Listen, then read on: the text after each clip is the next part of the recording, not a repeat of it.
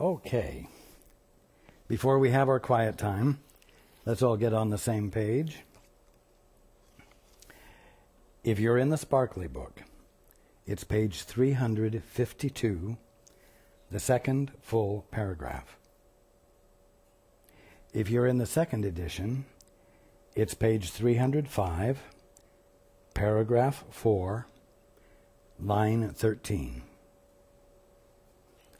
If you're in the first edition, it's page 284, the second full paragraph, and the 14th line. If you're reading from the JCIM, it's page 148, the second paragraph. And if you're reading from the CIMS edition, it's page 296, paragraph 20.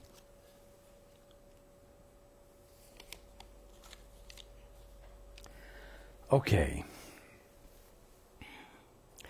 Let's take a few moments to be quiet together.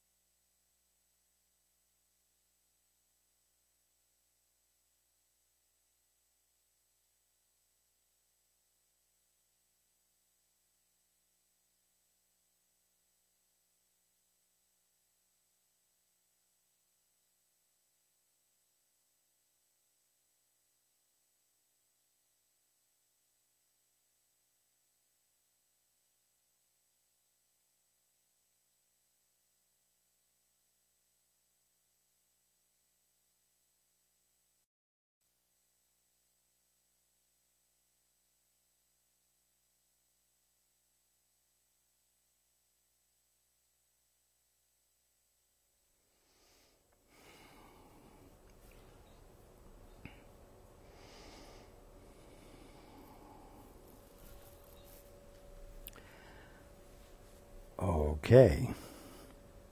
Good evening.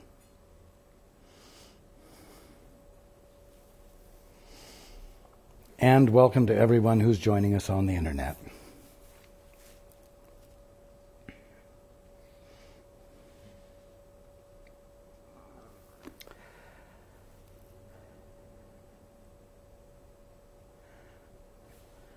I won't be quite as hard on you tonight as I was last week.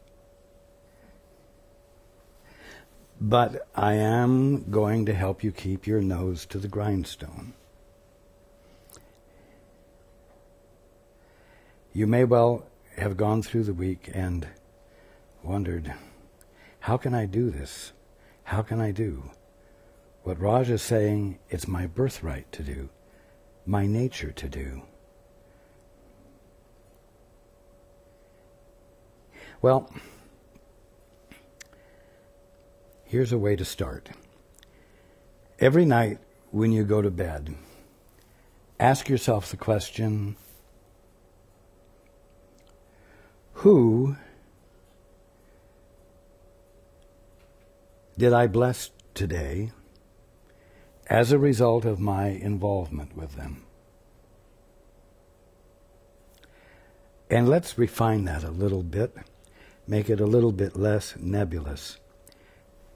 How many or who that I encountered in my day has felt blessed by his or her encounter with me?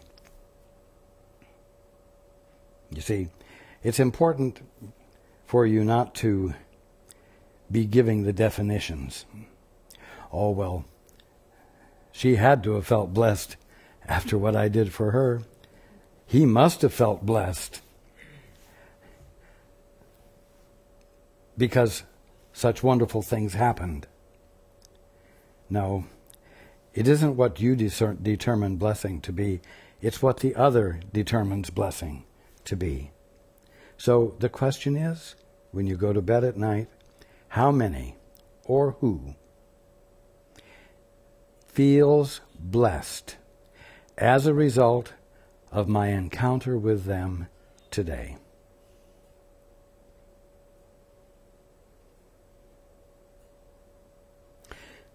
This question, if you will discipline yourself enough to ask it every night, and ask it as though it's a serious question, deserving an honest answer, will help to bring your attention to where it needs to be in order to engage in the act of willingness that causes the holy instant in which awakening can occur.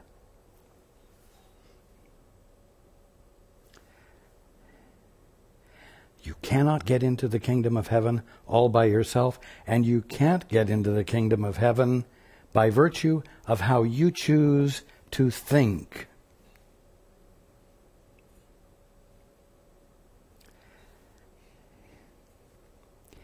It's so simple. You get into the kingdom of heaven as a result of an involvement with a brother, an involvement with a sister. Not just any old involvement. A fist fight doesn't count, even though it's an involvement. An argument doesn't count, even though it's an involvement. I'm talking about an involvement in which you have given the very best of what you have to give by giving it from the place of willingness to know what God would have you say, and from a place where you are behaving how God would have you behave.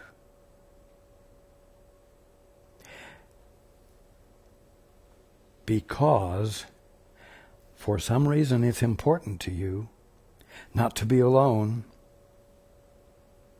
and to be involved with another in a way that truly blesses. Blesses by confirming to him or her that love actually exists in the universe. And that this love is not off at a distance, but intimately present with him or with her.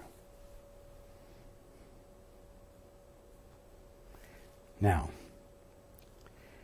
how many of you would apply the word philanthropist to yourself or to yourselves? How many of you think of yourselves as philanthropists? Well, probably only a few. And the few who do are the few who feel that they have a lot to give, and probably a lot of money, that they're in a position of being able to share on behalf of the best interests and the genuine benefit of others. Those of you who don't think you have a lot of money, don't think of yourselves as philanthropists, and as a result, your brothers aren't on your mind in the sense of wanting to be constantly attentive to your brother's needs or your sister's needs, to see if there is any way in which you might be able to contribute to the meeting of those needs. Philanthropists are not casual in their activity. One is not an occasional philanthropist. A philanthropist has a dedication to that activity. As a general rule, their life is given over to the activity. And so his brothers and his sisters, or her brothers and sisters, are the object of their attention.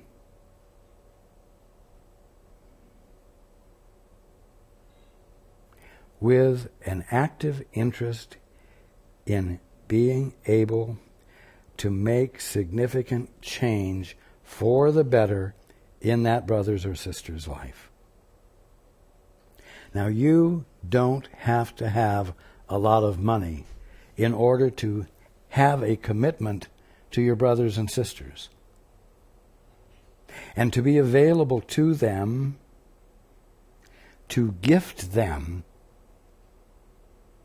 with that which will be of value and benefit to them. The fact is that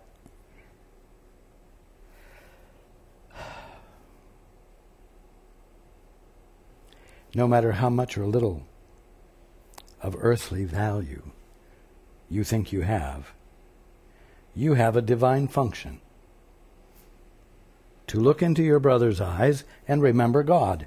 To look into your brother's eyes and see God instead of his concept of himself or your best concept of him. That's being a philanthropist. It could also be called being a mentor. How many of you can identify yourselves as a mentor? Some of you can. Some of you are formal mentors, like a big brother.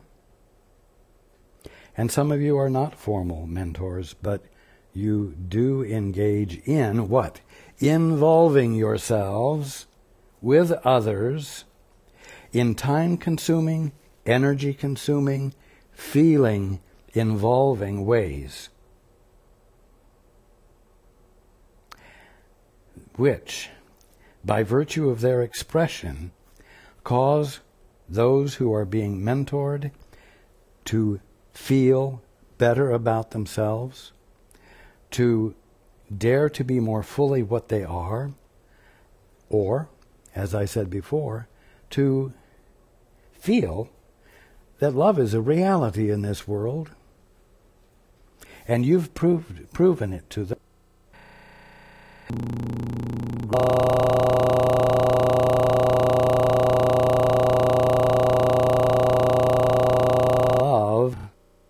Of the involvement with you and the absence of manipulation and self-seeking on your part.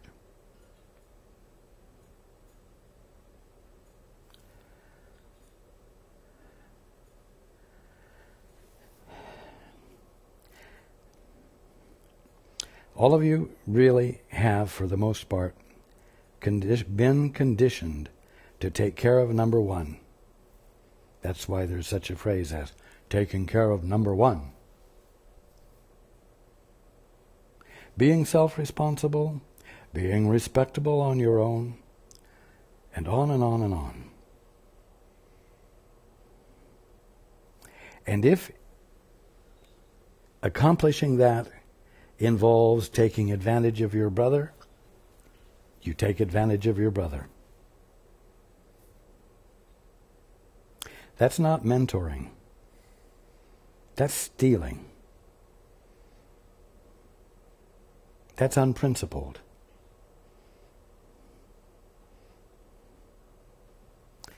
A mentor gifts and in effect replenishes what seems to have been absent. Where there was a vacancy, it is now full because of the gift made, the gift of love. And again, the investment of actual time, actual energy, and feeling on behalf of a brother.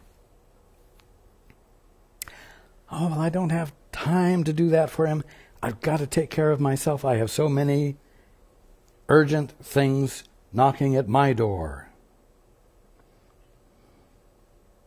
Well, I'm going to suggest to you that you might not have as many things knocking at your door of an urgent nature if your behavior shifted from getting to giving.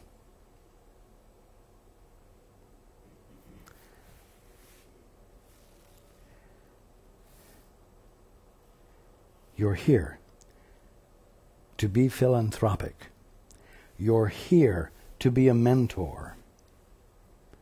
You're here to give of the very best in you, so that the very best in your brother and sister can be illuminated and brought forth.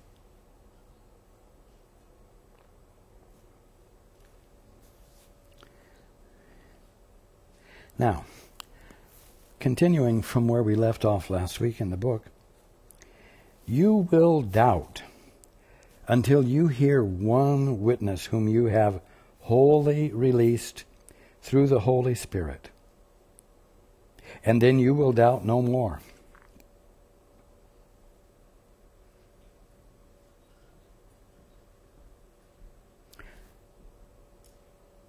Here's a bit of frustrating information, but practical fact that will help you not be misled. The holy instant has not yet happened to you.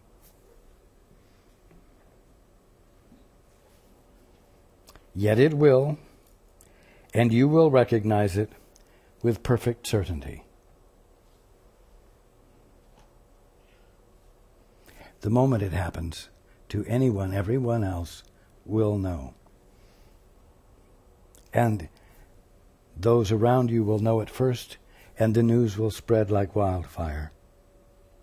So do understand that the holy instant has not yet happened to you. Yet it will, and you will recognize it, and everyone else will recognize it with perfect certainty. No gift of God is recognized in any other way. What does that mean?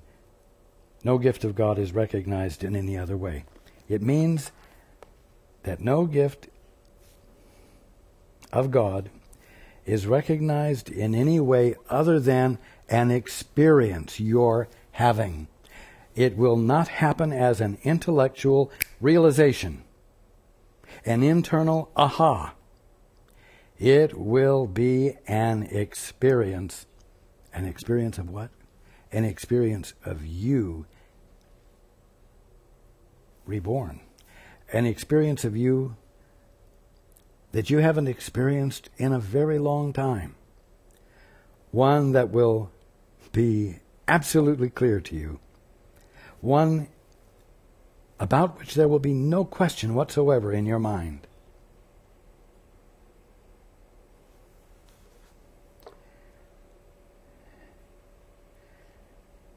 Now, you can practice the mechanics of the holy instant, and we'll learn much from doing so.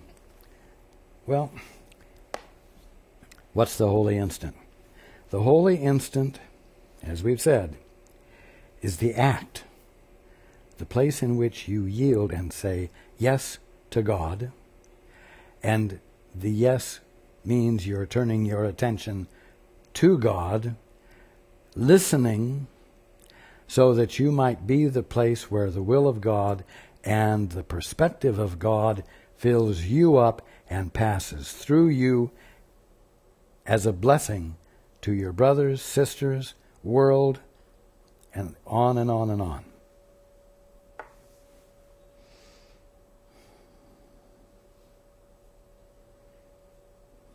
That's the holy instant. Now, you can practice the mechanics of the holy instant. Well, what does that mean? Well, you can be the best damned mentor you can be. You can be the best damned philanthropist you can be. You can do all the philanthropic things that philanthropists have done. You can do all of the best mentoring that mentors have done. But you know what? That's not having the experience. But the practice of the attitude of constant caring, the willingness to not be a casual or intermittent philanthropist, but an ongoing presence of caring about your brother, so that you're willing to invest time, energy, feelings, and involvement with your brother. Those things educate you and get you into a place where the pattern of selfishness can break, can lose its strength of structure, and can begin to fall away from you, so that the experience can be had. So that the holy instant, so that what the holy instant is, can happen to you and register with you. If you want the holy instant to happen, then you've got to shift, as we've been saying, from getting to giving. You've got to shift to being willing to be a mentor.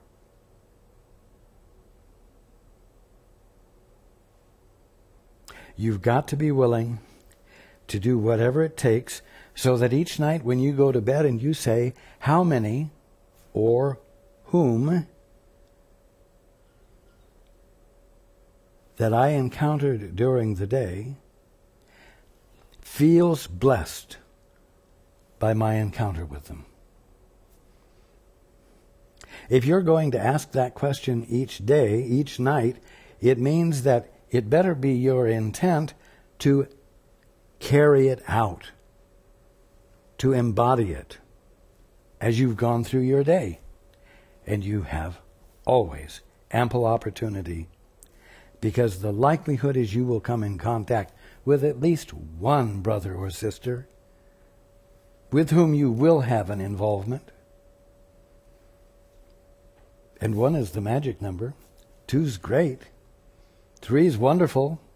But 1 is the magic number. 1 is all it takes for you to be a mentor, for you to be a philanthropist. You can practice the mechanics of the holy instant. You can do all the right things. You can think all the right thoughts. You can be loving so that others recognize loving kindness, but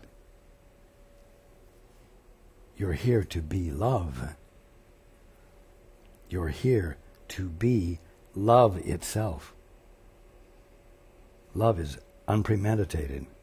Love is what happens when you step out of the way and abandon control, so that the love that God is, which He is embodying as His expression right where you are, can uninhibitedly extend from you and bless your brother in ways that you couldn't have calculated, but in ways that will cause your brother to feel blessed, truly blessed, so that you, at the end of the day, can ask, how many or who has been blessed by my encounter with them? And you can say one or two or more instead of none.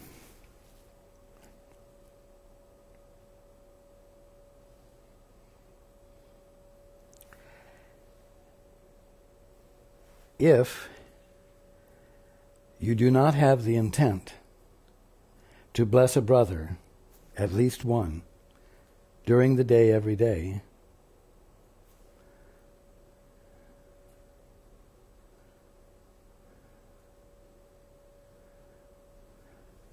what?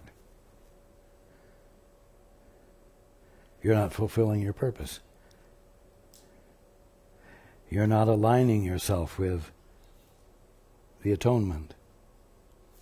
You're not bringing anything to bear upon your experience to cause awakening. No matter how many loving things you've done,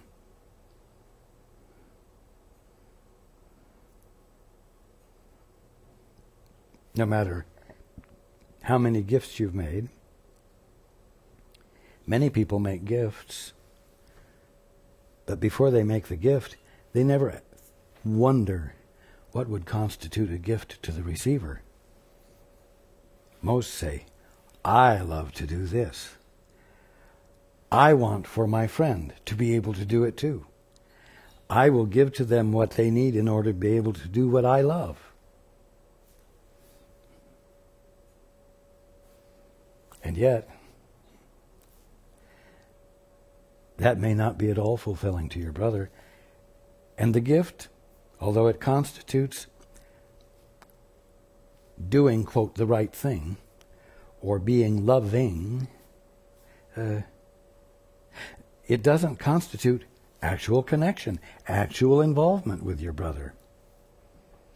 Except perhaps to cause a feeling in your brother or sister that says, wow, he or she really doesn't understand me. He or she has no idea who I am. There is no connection between us whatsoever. And so your gifting didn't constitute mentoring, and it didn't constitute philanthropy. You want to give what meets the need. You want to give what actually constitutes blessing. And you will not know what that is until you ask God what it is by saying, Father, fill me with what you would have me be, in spite of what I think I want, in spite of what I think he or she needs. I don't want to interfere with being the perfect expression of you, Father.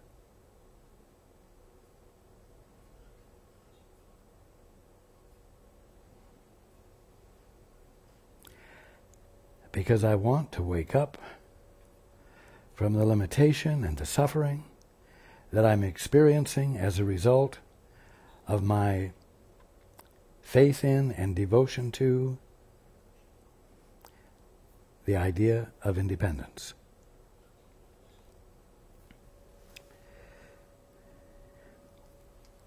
Now, again, You can practice the mechanics of the holy instant and will learn much from doing so, yet its shining and glittering brilliance, which will literally blind you to this world. Blind you to this world that isn't real? This world and universe that's an illusion? No. It will blind you to the concepts and beliefs and ideas you have made up about the kingdom of heaven that have been flawed by misperceptions, that have been flawed by the fact that you chose to give them definitions different from what the Father was being as the kingdom of heaven. So, it's shining, yet its shining and glittering brilliance, which will literally blind you to this world, I'm going to add, that you made up,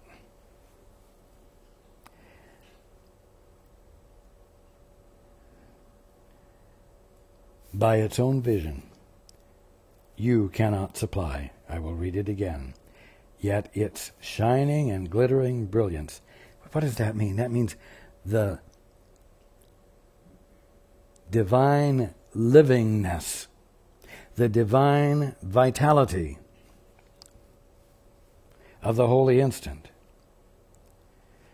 which will literally blind you to this world by its own vision, you cannot supply.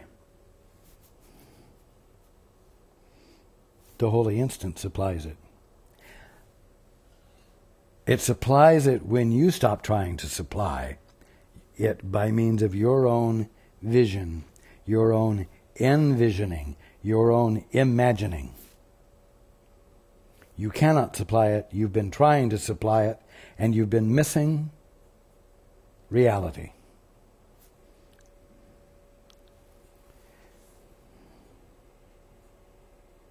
Hey, if abandoning your attempts to supply the meaning to everything, even though it means giving up control that you think you have, control that you think you ought to have, and control that you think your sanity depends upon,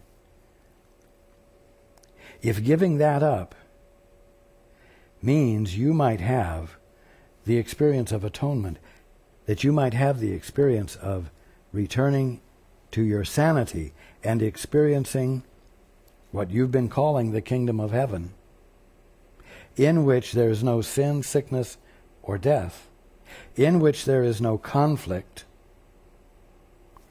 then why the hell not try giving up the attempt to supply the meaning yourself?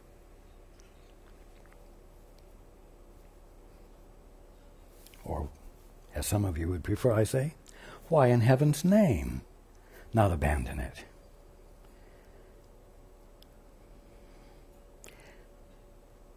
You can practice the mechanics of the holy instant, and will learn much from doing so, yet its shining and glittering brilliance, which will literally blind you to this world by its own vision, you cannot supply. And here it is, all in this instant, complete, accomplished, and given wholly. You can't supply it yourself, but here it is in its entirety.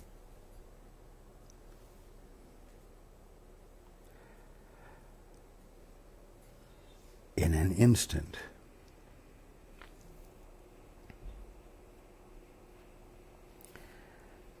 That means that it's not something you have to earn that takes time. But the minute you completely step aside, the minute you completely abandon willfulness, all of it in its entirety replaces the ignorance you've been suffering from. Not just as an idea, but as an experience, the undistorted experience of reality. And again, I must say that it's available to you in any given moment of any day you're in the middle of, or any night. Everything essential to your awakening is present at any given moment. All of reality in its entirety is available to you in a split second. When what?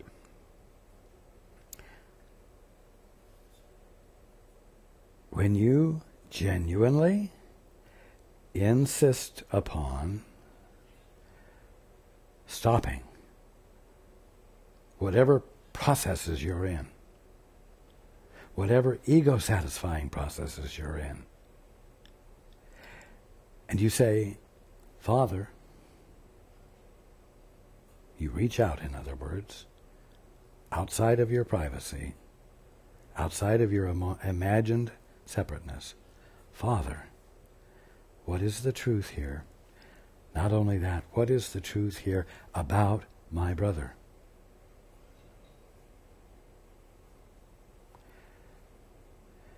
My brother deserves more than he's experiencing. He deserves to experience his birthright, which is more than what he's experiencing. Help me mentor him by revealing to me how to be in his presence. I don't know how to do it. The holy instant has not yet happened to me. Therefore, I'm going to stop trying to create the holy instant. I'm going to shut up. And in the silence, I'm going to let you fill me with yourself, which will constitute the holy instant. Why?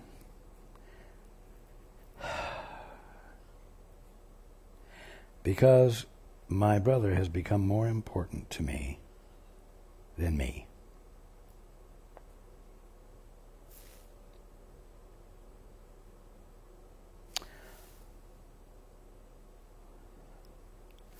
See, I'm still, and the Course is still keeping your nose to the grindstone, but a little more sweetly and a little bit more gently than last week.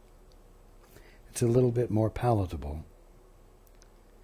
But the definiteness with which I spoke last week needs to be something that you bring into your willingness to mentor or to be a philanthropist as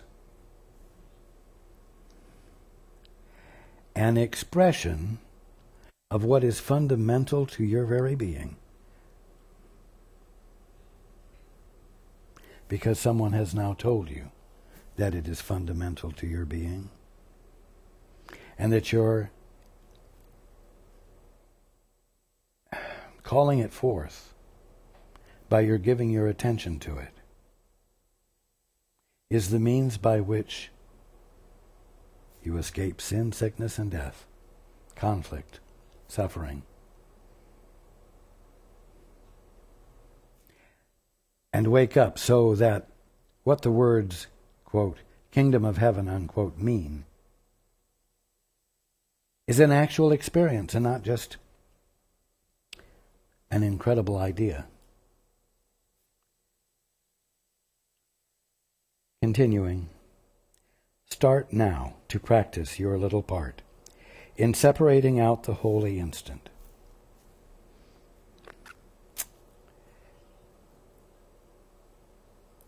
You will receive very specific instructions as you go along. To learn to separate out this single second and begin to experience it as timeless is to begin to experience yourself as not separate.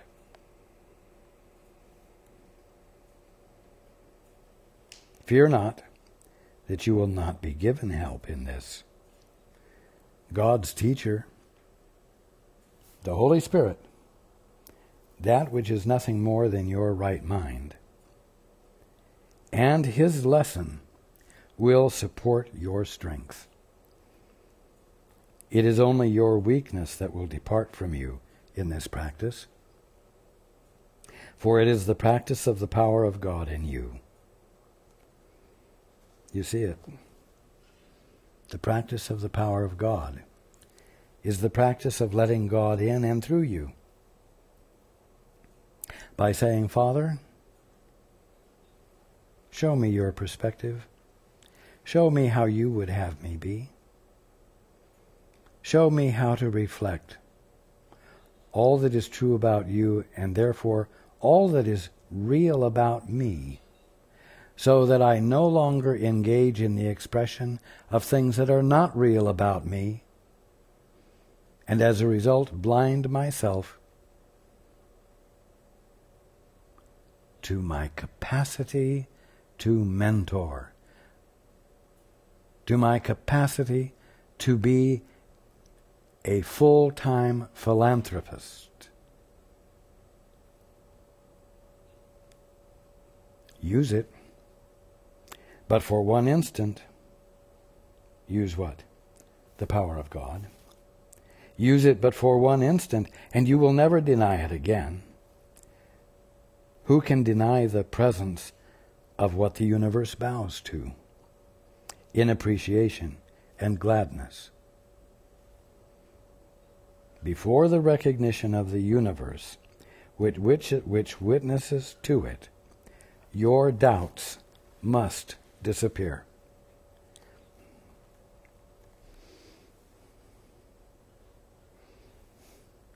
I know.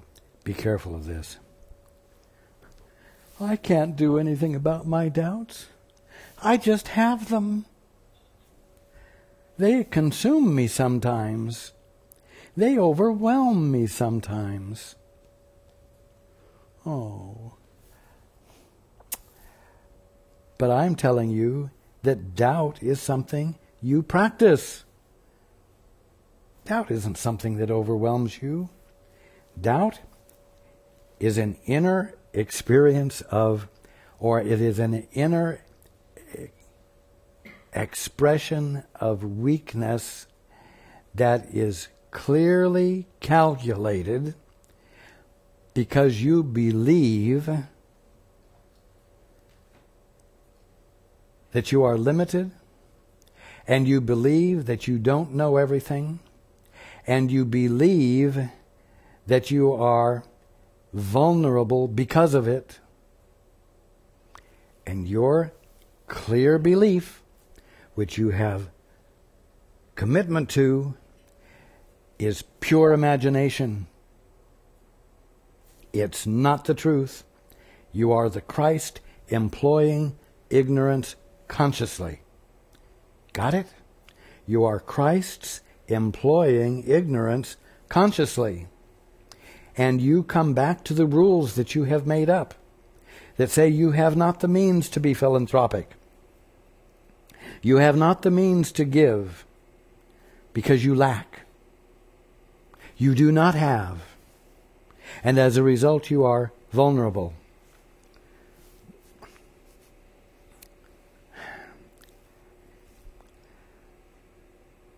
You use those thoughts, you use those words almost like a mantra. You weave a spell on yourself using those kind of words. They're not true.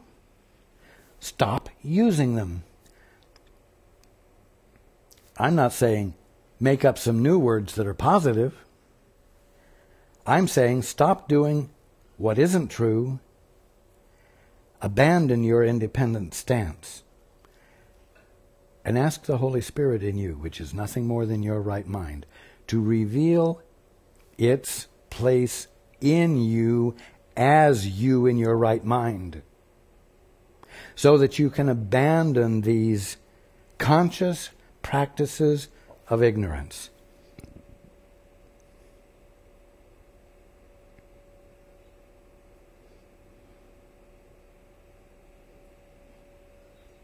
Before the recognition of the universe, which witnesses to it, the holy instant, your doubts must disappear.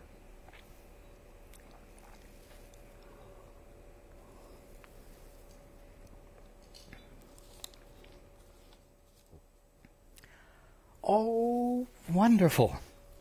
They're going to be wiped out of my experience. I will no longer be subject to them. They'll no longer overwhelm me. No. They will disappear. Why? Because you're going to abandon their use. You're going to abandon practicing ignorance and creating for yourself an experience of helplessness.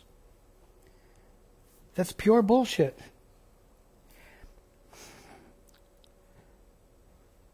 Is it because you're malicious that you do it? No. It's because it's an interesting thing to do. It can be a fascinating thing, a fascinating use you can put your mind to, because it creates these false experiences that are fearsome, and which can cause in you a feeling of trying to overcome them, and maybe doing it. But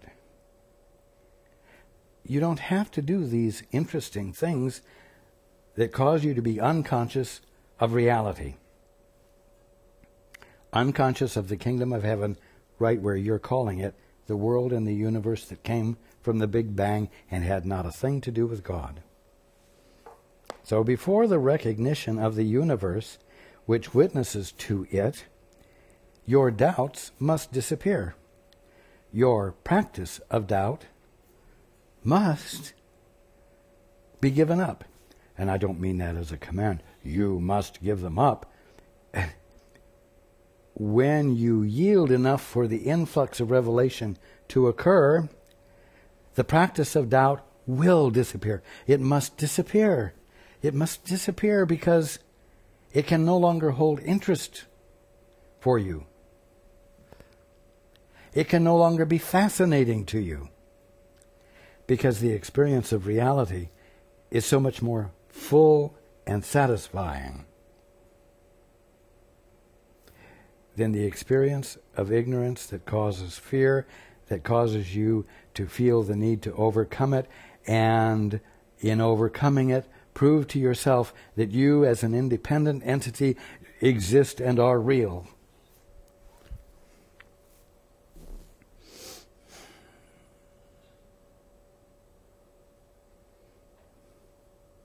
The next section is called Littleness versus Magnitude. Be not content with littleness, but be sure you understand what littleness is and why you could never be content with it. Littleness is the offering you gave yourself. You offered this in place of magnitude, and you accepted it. That's what I just said. You have made up this picture of you. You've made little rules. The little rules cause you to feel insecure, cause you to have doubts, which you practice very consciously by rehearsing these rules you first made up. And as a result, the picture you have of yourself is not one of a philanthropist, is not one of a mentor.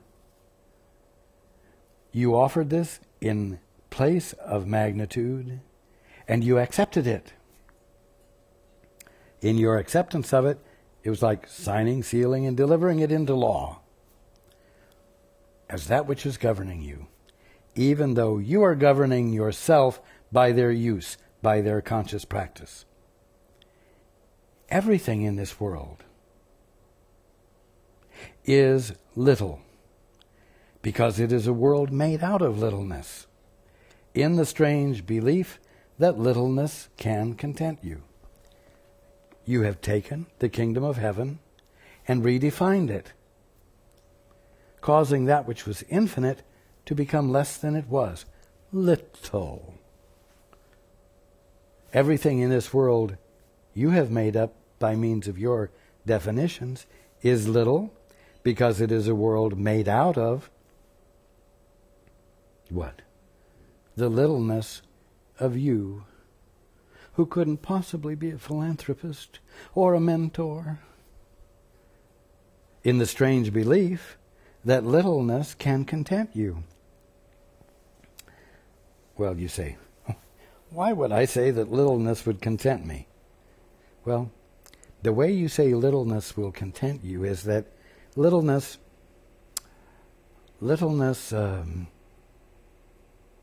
causes you to feel incompetent and vulnerable, and creates in you a desire to overcome that. And going for the carrot, attempting the impossible, makes you feel good about yourself. And so you stick with the ignorance, and you go after the carrot ad infinitum.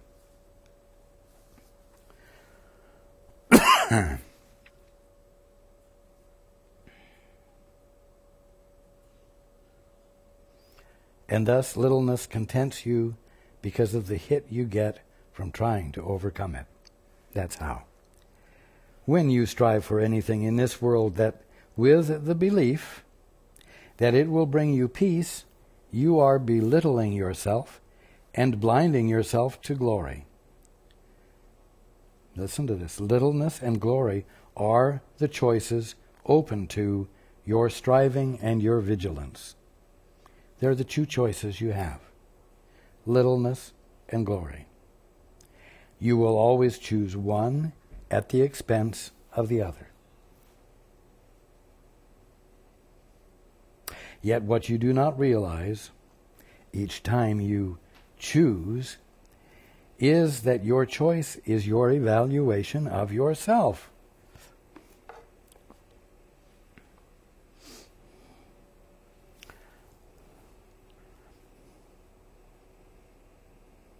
Philanthropist, mentor, or the poor little somebody in need that would just love to find a good mentor or philanthropist who would let you be poor and tiny and not do anything to disturb it except to ease it by giving you a little money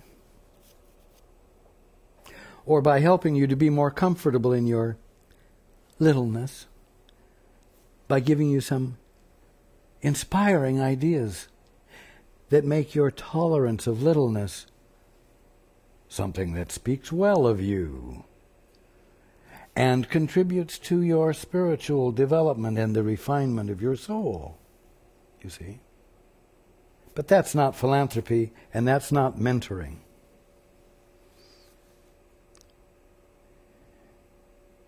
Choose littleness, and you will not have peace, for you will have judged yourself unworthy of it.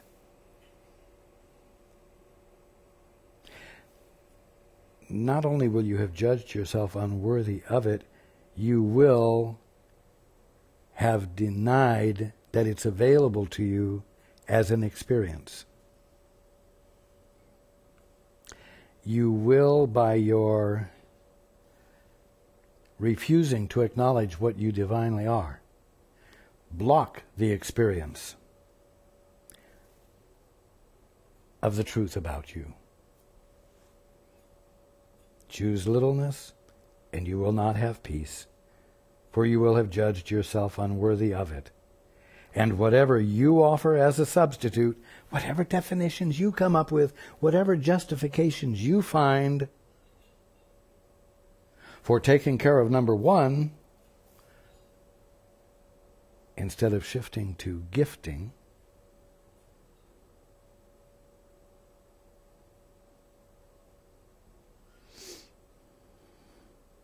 is much too poor a gift to satisfy you.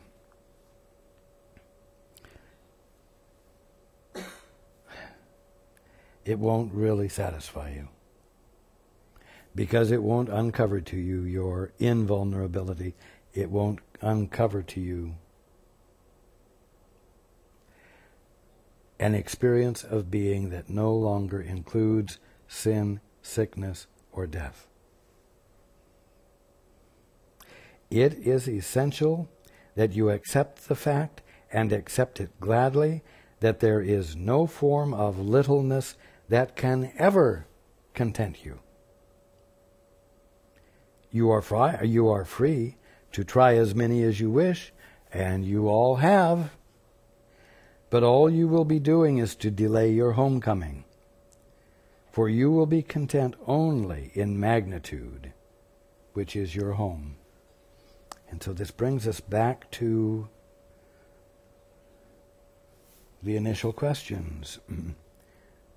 Are any of you able to identify yourselves as mentors or philanthropists? Are any of you able to identify yourselves as that which has as its purpose and function, and which is the derivative of meaning for your existence, the capacity to give, and the willingness to actually do it? By caring enough to relate to your brothers and sisters in a way that allow you at the end of the day to say, yes, there is one, or there are 5 who have benefited from my involvement with them because I was willing to do the 2-step and say, yes, Father, I yield to you and your perspective. Fill me with it. I am willing to take the time to be with my brother in a way that allows the truth to come forth, even if it is a little bit strenuous, even if it takes time up from other things I would rather be doing. I am beginning to realize that the other things I would rather be doing don't involve involvement with my brother, and therefore do not involve anything that is essential to my waking up. The other things I would rather do contribute in no way to my salvation. Now, I'm not just sitting here throwing around spiritual words because we're having a spiritual talk. I'm using words that you use. And even if you might not use them often, the word salvation has meaning for you, and you know that sooner or later you wish to experience salvation. But at the moment you can take a little more suffering. It's not quite an urgent thing yet to you to squarely look your salvation in the face and find out what you need to do to have it.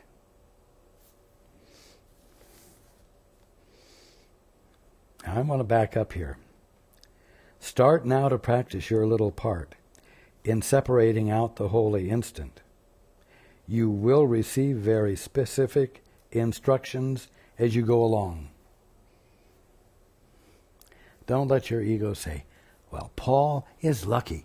He's in touch with his guidance. I'm not in touch with my guidance. Oh, and I've tried to get in touch with my guidance, but nothing has happened. Okay, and there you are weaving your tale. There you are weaving a story that will become a rule. And you'll use it to practice doubt with commitment. And yet all it is a story you made up.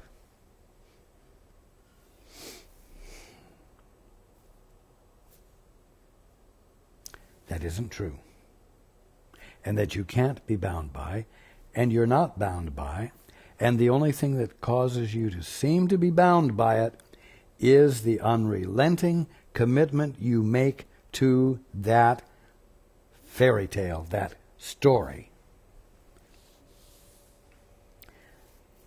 You will receive very specific instructions as you go along.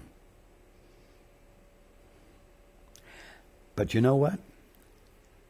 In order to get the instructions, you've got to be willing to say, hey, I am going to become a mentor. hey, I'm going to become a philanthropist. I'm going to change my mental framework so that my everyday includes a desire to notice needs that my brother's having. And where I can be of help, I will set down what I'm doing and help. Involve myself with them as I am led by virtue of my listening.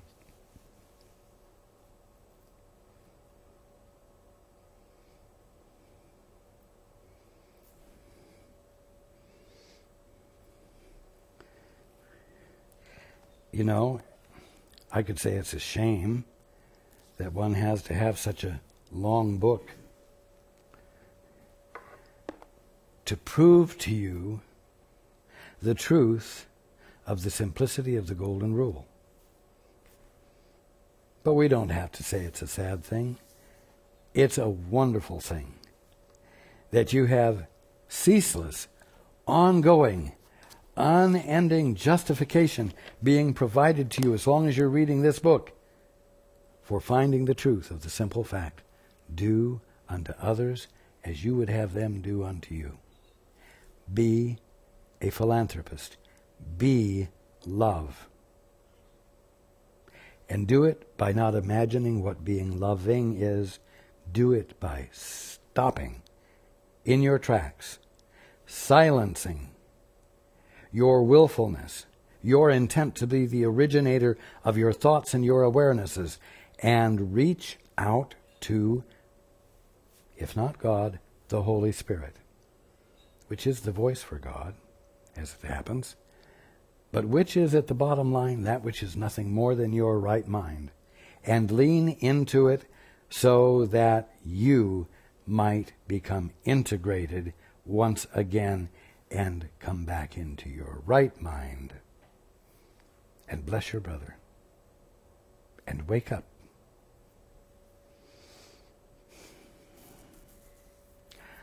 I love you all.